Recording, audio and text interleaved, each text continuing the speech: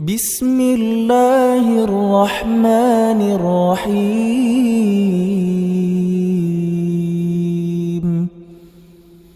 هو الله الذي لا إله إلا هو الملك القدوس السلام المؤمن المهيمن العزيز الجبار المتكبر سبحان الله عما يشركون هو الله الخالق البارئ المصور له الأسماء الحسنى يسبح له ما في السماوات والأرض وهو العزيز الحكيم.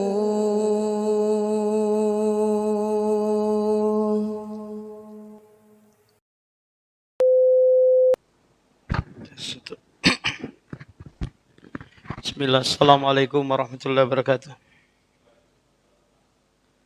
Alhamdulillah, salatu wassalamu ala rasulillah wa ala alihi wa sahbihi wa sallama taslima. Segala puji bagi Allah subhanahu wa ta'ala yang pada kesempatan yang berbahagia ini kita kembali lagi duduk bermajlis mendengarkan kalamullah yang kita bisa mengambil petunjuk, bimbingan dan arahan dari Al-Quran Al-Karim. Nah, sekarang kita masuk di surah Al-Buruj. Buruj maknanya adalah gugusan bintang-bintang yang ada di langit sana. Ya Allah sebutkan di surah Al-Furqan, Tabarakalladzi ja'ala fis sama'i buruja. Maha suci Dia yang telah menjadikan di langit itu buruj. Apa maknanya buruj, Pak? Adalah gugusan bintang-bintang yang jumlahnya hanya Allah subhanahu wa ta'ala yang mengetahuinya. Sebagaimana kita ketahui juga bahwa fungsi bintang itu ada 3. Yang pertama adalah zinatus sama, hiasan langit. Dia berkedip-kedip gitu ya di saat malam hari. Karena dia adalah khonnas, muncul di malam hari, tidak muncul di siang hari.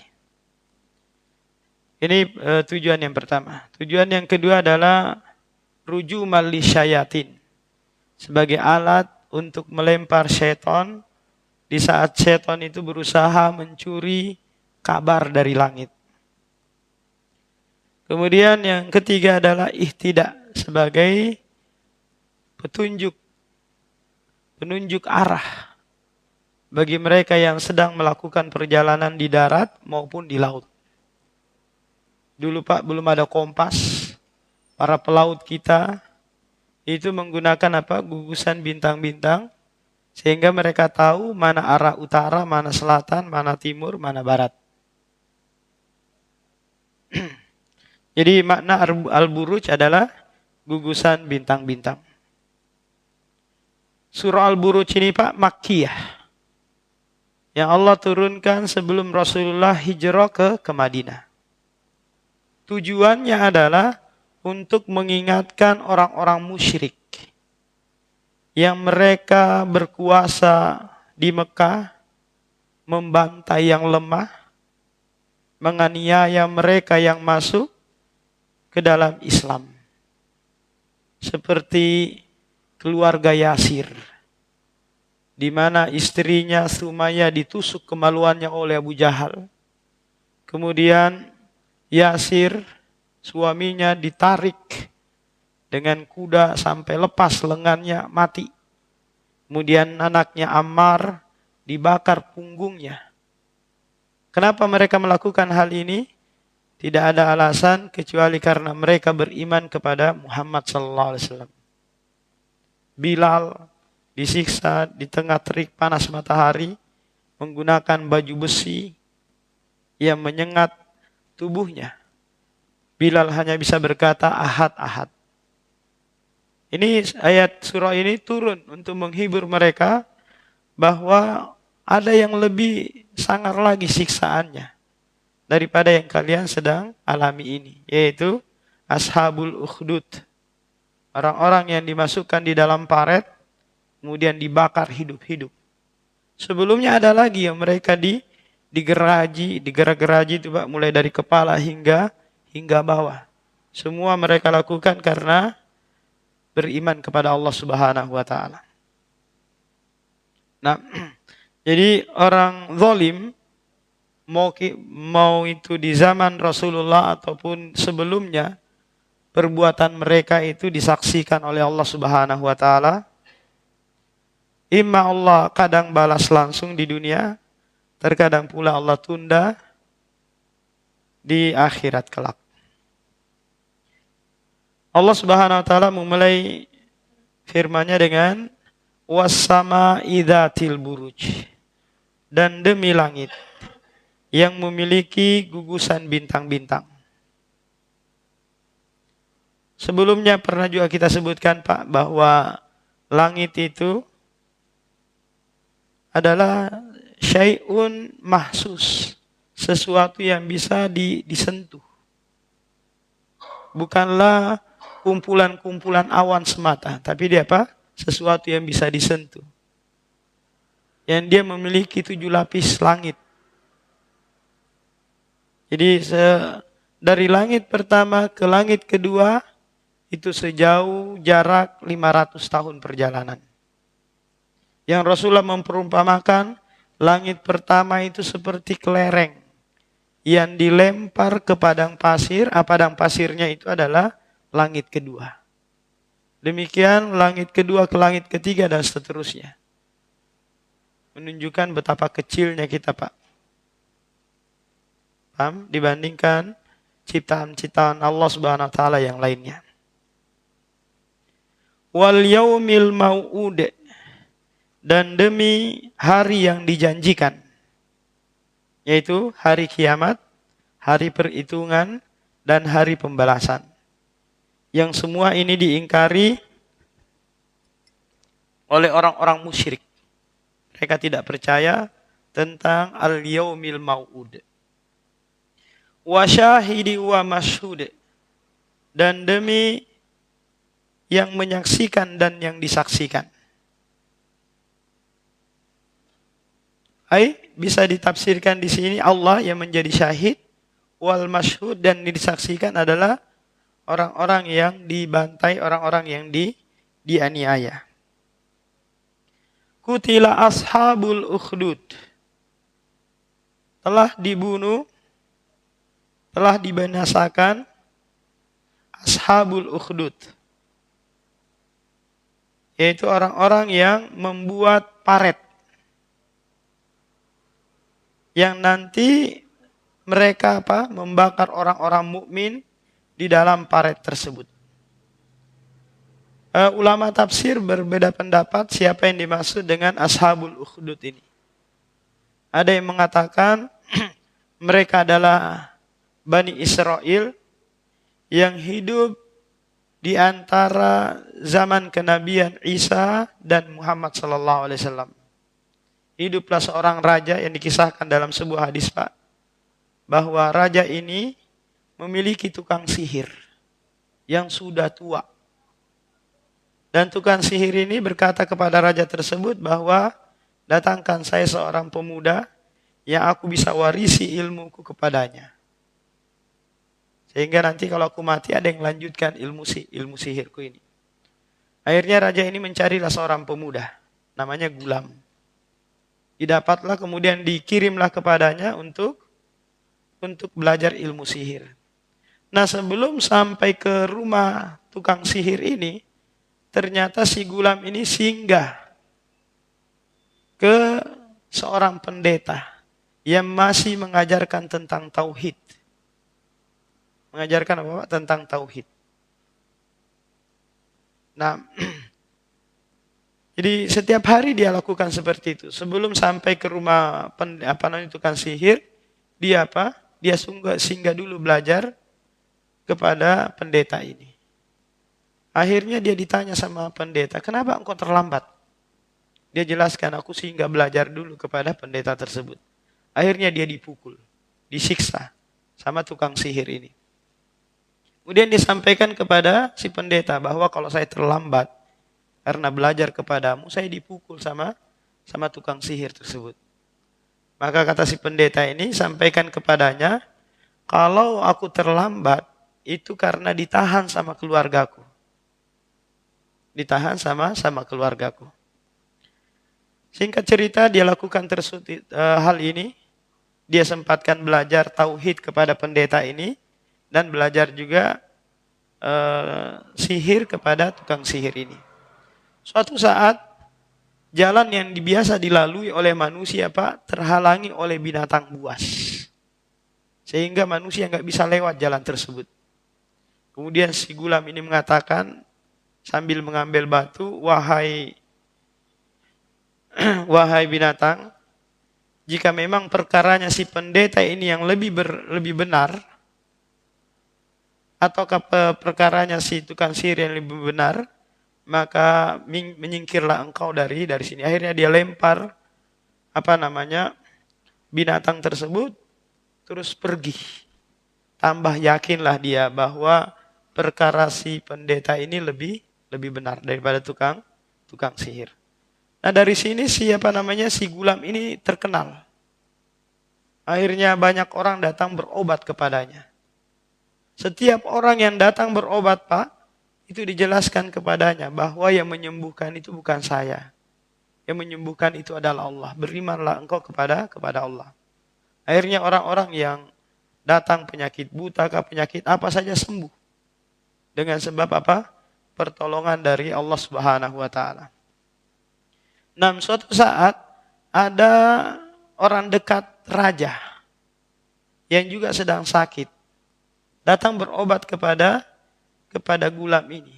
Terus juga mengatakan bahwa sesungguhnya yang menyembuhkan ini adalah Allah, bukan aku. Akhirnya udah, dia berobat. Sembuhlah dia dari penyakitnya. Kemudian dia datang kepada raja. Terus raja mengatakan, dari mana engkau bisa sembuh ini? Kata orang ini, Allah yang menyembuhkanku. Si raja ini kaget. Apakah ada Tuhan selainku? Apakah ada Rob selainku? Akhirnya apa? Dia ditanya sama si raja ini, siapa yang mengajari kamu tentang hal ini?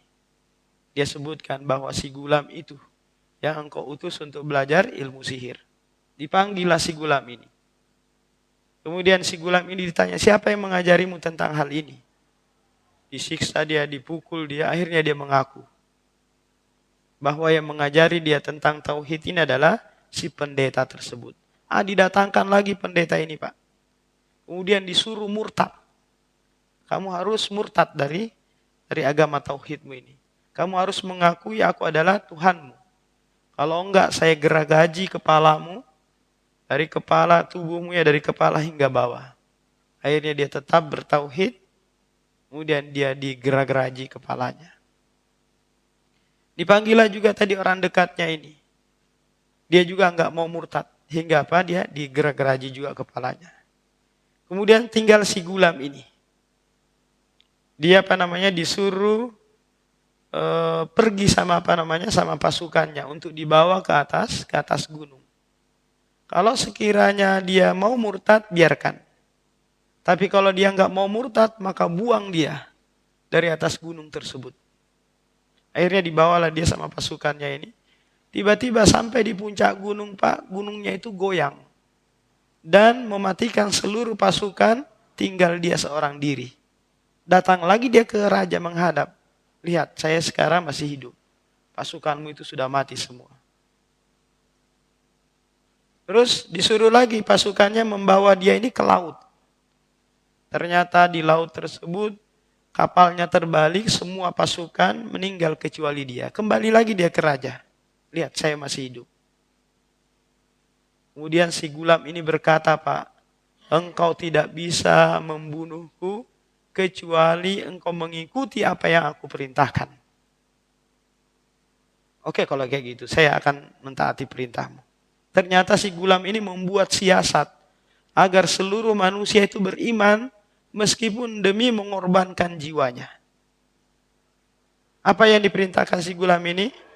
Kata gulam, kumpulkan manusia di suatu tempat, kemudian nanti engkau salib saya di pohon korma, lantas engkau mengambil anak panahku sambil membidikku dengan mengucapkan Bismillahirabbil gulam. Demi Allah, Robnya si pemuda ini. Akhirnya dikumpulkanlah manusia, Pak. Kemudian dilakukanlah raja tersebut. Dia mengambil anak panah si gulam itu, kemudian membidik sambil menyebutkan tadi Bismillahirabbil gulam. Masyarakat yang menyaksikan itu langsung seluruhnya beriman. Lebih percaya kepada apa? Kepada Robnya gulam daripada si raja ini. Karena sudah banyak hal yang dilakukan raja ini, tidak ada yang bisa terwujud untuk membunuh si gulam ini. Ternyata dengan ucapan ini saja si gulam ini apa? Mati. Akhirnya seluruh orang apa? Beriman. Kemudian raja ini memerintahkan pasukannya untuk membuat paret yang besar. Kemudian di bawah paret tersebut dinyalakan api yang berkobar-kobar. Kemudian dimasukkan semua orang yang beriman. Tibalah giliran seorang ibu yang sambil menggendong anaknya. Ingin dimasukkan, cuma dia ragu-ragu, apakah saya murtad? Kasihan anak saya ini. Kalau saya murtad, anak saya selamat. Tapi si anak ini diberikan kesempatan berbicara oleh Allah. Apa kira-kira yang dia ucapkan, Pak? Dia berkata kepada ibunya, Isbir ya ummi, fa innaka alal haq, bersabarlah wahai ibuku. Sesungguhnya engkau berada di atas kebenaran. Akhirnya apa?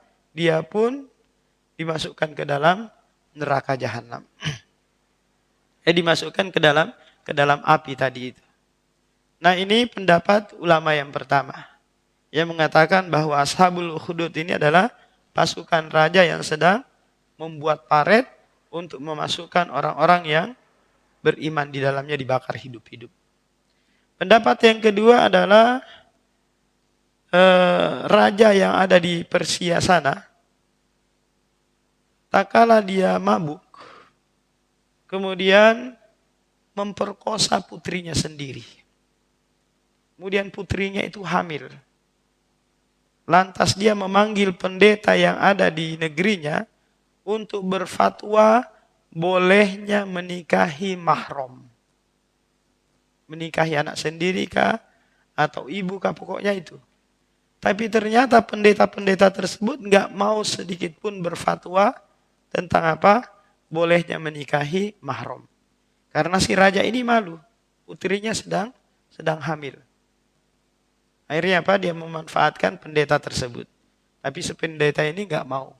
Akhirnya dia memerintahkan pasukannya untuk membuat paret dan menyalakan api untuk membakar seluruh pendeta-pendeta yang tidak mau menuruti kemauannya. Nah, ini dua pendapat tentang Ashabul Ukhdud. An-nari dzatil waqud. Mereka apa? Menyalakan api.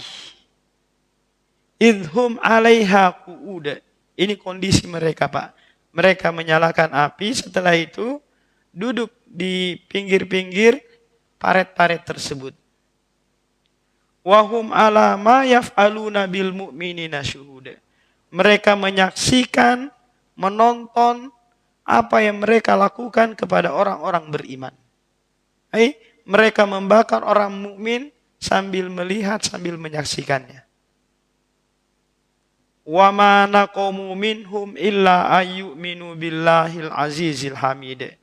Tidaklah mereka menyiksa orang mukmin tersebut kecuali karena keimanan mereka kepada Allah. Ini pelajaran besar bagi kita, Pak, bahwa setiap mukmin itu pasti akan diuji. Dan ujian itu sesuai dengan kadar keimanan. Makin tinggi keimanan kita, makin tinggi pula ujian kita. Paham?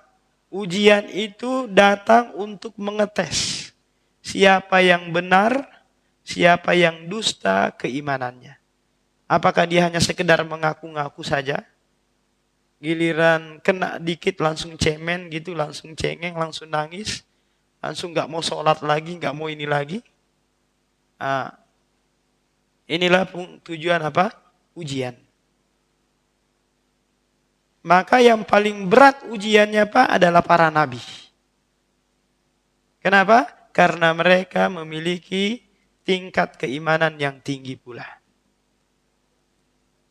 Kenapa Bilal, kenapa Ammar, kenapa Yasir begitu kuatnya menahan siksaan orang-orang musyrik, Abu Jahal dan konco-konconya?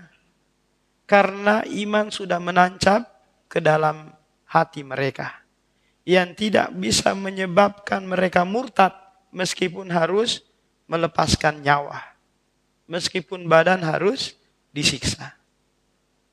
Jadi keimanan itu membutuhkan ujian. Tak kala ada orang orang Badawi, orang pedalaman gitu, datang kepada Rasulullah mengatakan, amanah, kami beriman. Lantas Allah sanggah, kullam tu'minu walakin kulu aslamna. Katakanlah kalian belum beriman, kan tetapi baru Islam. Walamma yadkhulil imanu fi qulubikum. Iman kalian itu belum masuk ke dalam hati kalian.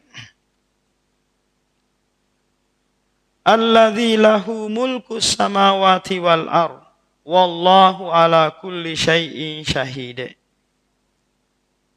Allah yang maha perkasa, yang memiliki kerajaan langit dan bumi. Dan Allah menyaksikan atas segala sesuatu. Apa pelajarannya ini? Pelajarannya kezaliman yang dilakukan oleh orang musyrik, oleh orang yang jahat itu, semua disaksikan oleh Allah Subhanahu wa taala. Tidak ada yang lepas dari pantauan Allah. Sehingga Allah bisa saja langsung membalasnya di dunia atau menundanya di akhirat kelak. Innal ladzina fatanul mu'minina wal mu'minat tsumma lam yatubu falahum adzabu jahannam walahum adzabul hariq. Sesungguhnya orang-orang yang menyiksa orang mukmin, baik laki-laki dan perempuannya, tsumma lam yatubu, kemudian mereka tidak bertobat. Ini menunjukkan Pak, kemuliaan Allah Subhanahu wa taala. Coba bayangkan. Orang ini atau raja ini menyiksa ribuan orang mukmin. Tapi Allah masih memberikan kesempatan mereka untuk bertobat. Paham? Pintu tobat masih ada bagi mereka. Ini menunjukkan bahwa Allah itu At-Tawwab, Al-Ghaffar. Maha menerima ampunan dan maha menerima taubat hambanya. Sebesar apapun kesalahan hambanya tersebut, masih memberikan kesempatan untuk bertobat. Gambarannya seperti ini Pak. Taruhlah ada di balik papan ini preman paling sadis. Kan? Terus menangkapin 5 akhwat bercadar. Yang baru pulang dari pondok, terus diperkosa, kemudian dibakar hidup-hidup. Kira-kira Pak, orang akan bersikap apa Pak? Tidak ada ampun bagi orang ini, penjahat ini kan. Orang ini mau diapain sudah ini? Sudah keterlaluan banget penjahat ini. Orang akan bersikap apa? Melampaui batas kepada penjahat ini. Mungkin akan digebukin, diapain, pokoknya mau dibakar hidup-hidup juga. Pokoknya inilah kejahatan yang dia akan melakukan juga. Padahal mungkin masih ada kesempatan tobat. Paham? Masih ada kesempatan tobat untuk dia. Mungkin dia minta ampun kepada Allah, kemudian dia datangi keluarga akhwat-akhwat yang dia bakar itu untuk minta maaf.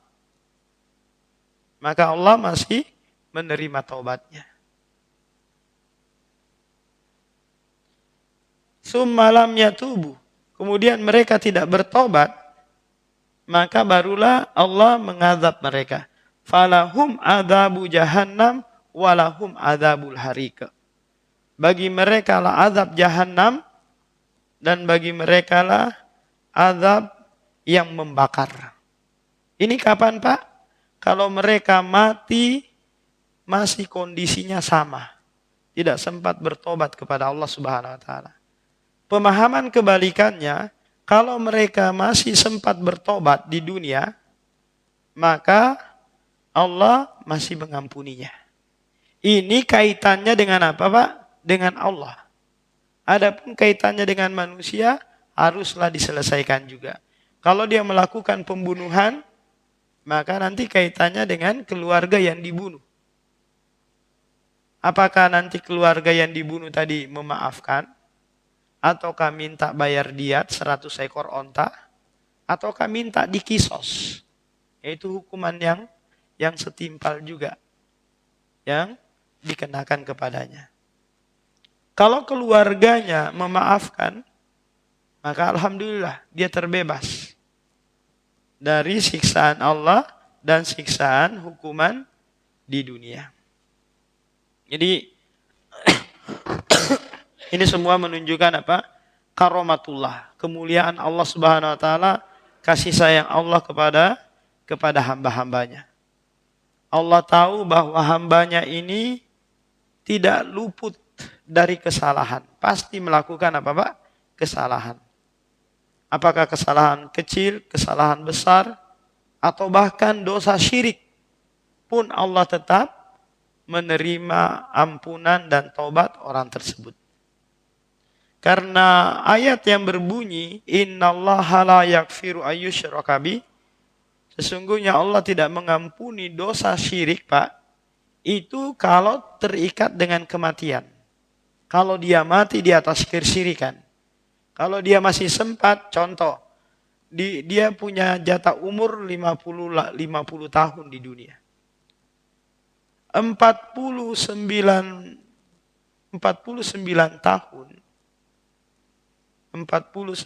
tahun 11 bulan 29 hari dia melakukan kesyirikan, nyembah patung, makan mentah-mentah orang gitu ya. Orang disatenya, pokoknya semua kejahatan dia makan, dia sikat. Tapi sempat satu hari dia bertobat kepada Allah Subhanahu wa taala. Dia sadar semua yang dia lakukan adalah dosa. Dia bertobat di hari itu, dia taubatan nasuha. Maka Allah akan mengampuni kesalahan-kesalahannya. Karena nanti, Pak, ada juga kebalikan dari keadaan yang kita sebutkan tadi. Apa itu kebalikannya? Ada orang yang dia 49 tahun. Kalau umurnya 50 tahun nih, Pak ya. 49 tahun, 11 bulan, 29 hari. Tauhid dia kerjakan. Seluruh ketakwaan dia kerjakan. Tapi ternyata satu hari Allah mengutus syaitan kepadanya. Kemudian dia berbuat kesyirikan, berbuat kemaksiatan. Akhirnya menghapus seluruh kebaikan-kebaikannya. Ayat tersebut disebutkan di surah Al-Baqarah ayat 266, Pak. Yang Umar bin Khattab karena nggak paham ayat ini, mengumpulkan sahabat-sahabat untuk menanyakan tafsir ayat ini, yaitu di surah Al-Baqarah ayat 266. Ayawaddu ahadukum antakuna lahu jannatum min nakhili wa anab. Apakah kalian senang kalau sekiranya kalian memiliki kebun yang di dalam kebun itu, Pak, ada pohon korma, ada pohon anggur, kemudian menghasilkan buah-buah, ada air mengalir di dalamnya. Akan tetapi, kata Allah, pemilik kebun ini sudah tua.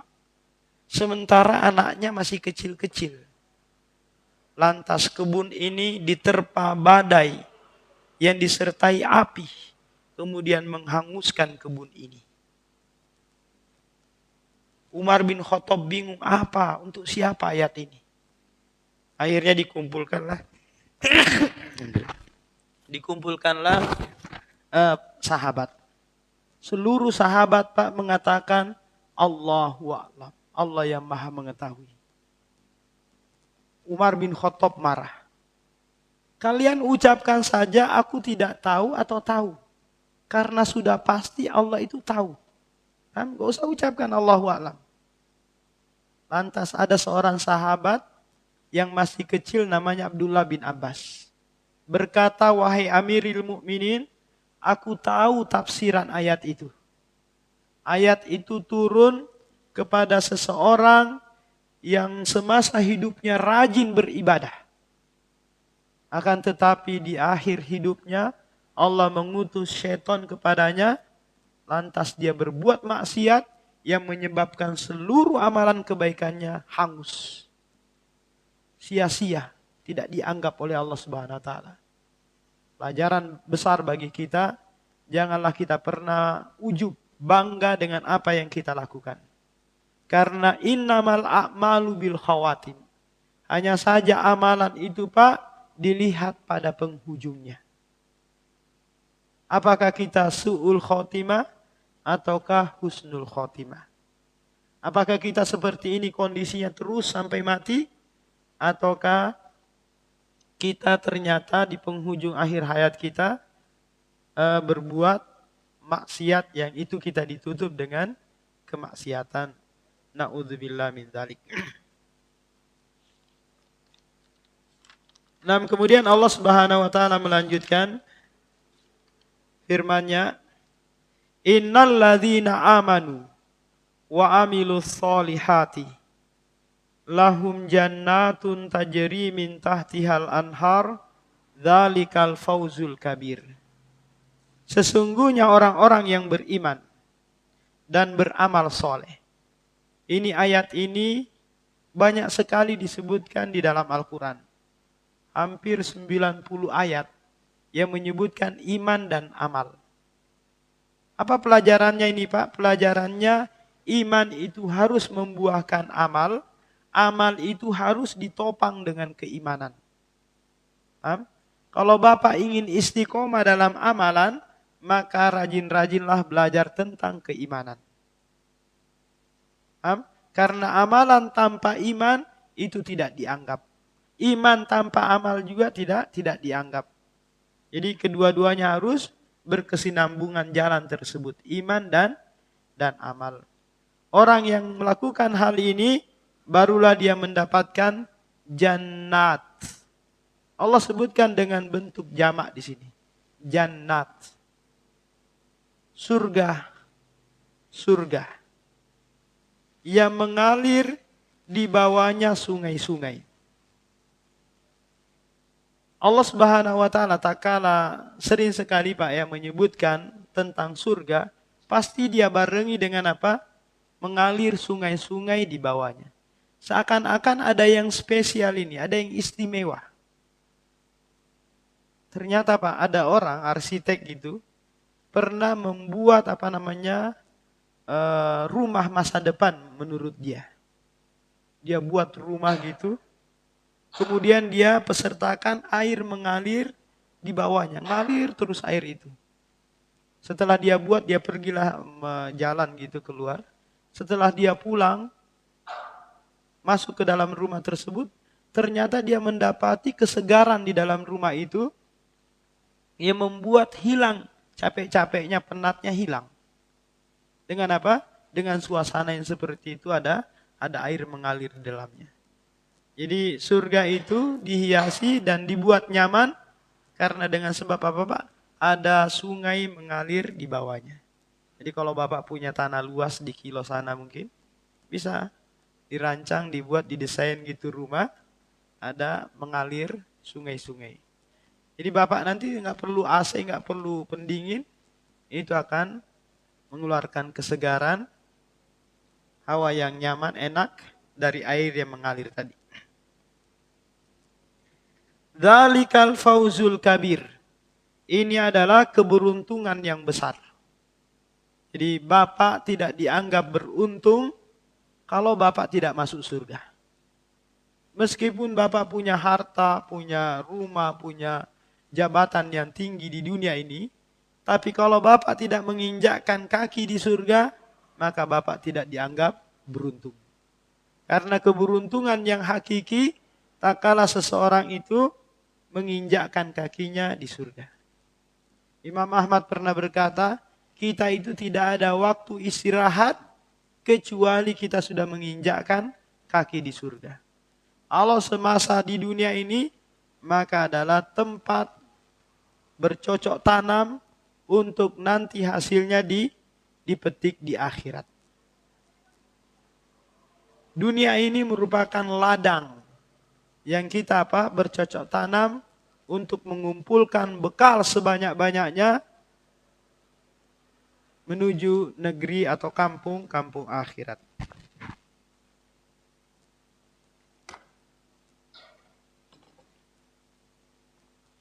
Inna batasya rabbika lasyadid. Sesungguhnya azab Tuhanmu benar-benar pedih. Innahu huwa yubadi'u wa yu'id. Dan sesungguhnya dialah yang memulai dan dia pula lah yang mengembalikan. Dua ayat ini merupakan kabar buruk bagi mereka yang menyiksa orang-orang yang beriman. Kabar buruknya apa, Pak? Kabar buruknya bahwa siksaan Allah itu lebih pedih daripada siksaan kalian lakukan terhadap orang-orang yang beriman. Ini yang pertama. Yang kedua, meskipun kalian nanti sudah jadi tulang belulang, yang kalian anggap nggak mungkin saya disiksa, orang saya sudah jadi tulang belulang kok, sudah hancur. Nah, Allah mampu menyusun kembali jasad kalian, kemudian kalian disiksa di dalam neraka jahanam. Sebagaimana Allah yang memulai penciptaan, dia pula lah yang mengembalikan di saat kalian sudah hancur menjadi tulang belulang. Karena ini mereka anggap mustahil, nggak mungkin. Kita sudah hancur dikumpulkan kembali lagi. Wa ma yuhlikuna illa dahr. Tidak ada yang membinasakan kami kecuali hanya masa saja. Habis jatah umur ya sudah, nggak ada lagi pengembalian. Wa huwal ghafurul wadud. Tapi di samping itu Allah itu Ghafur al-Wadud, Maha Pengampun dan lagi Maha Penyayang. Ini Pak, hanya bisa dilakukan oleh Allah. Tidak bisa dilakukan oleh manusia. Coba kita praktekkan Pak ya.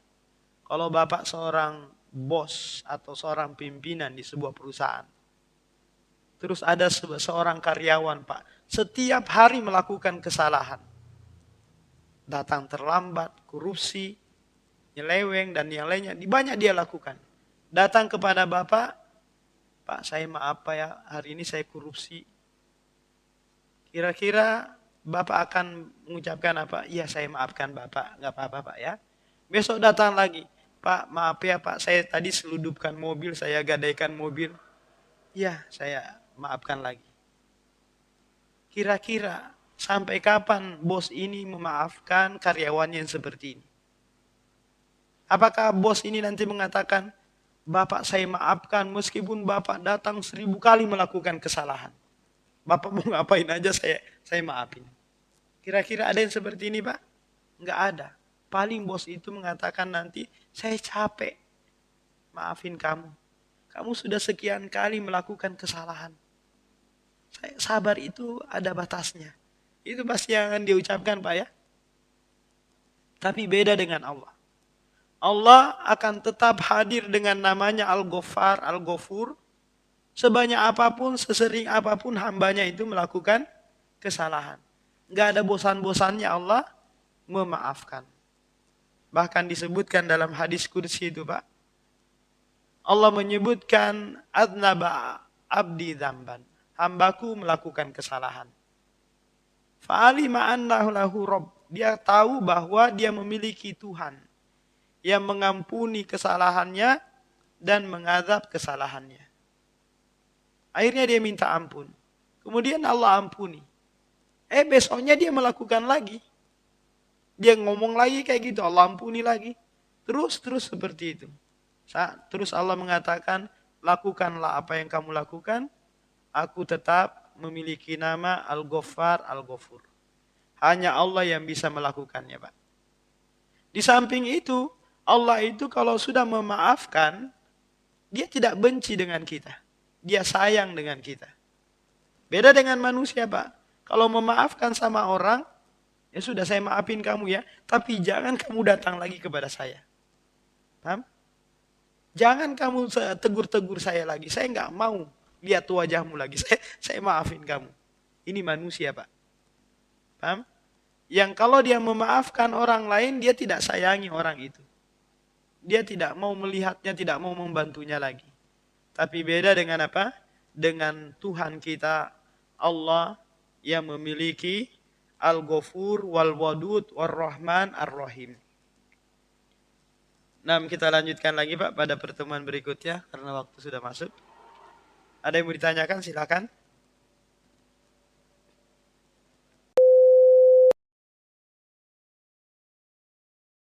Bismillahirrahmanirrahim.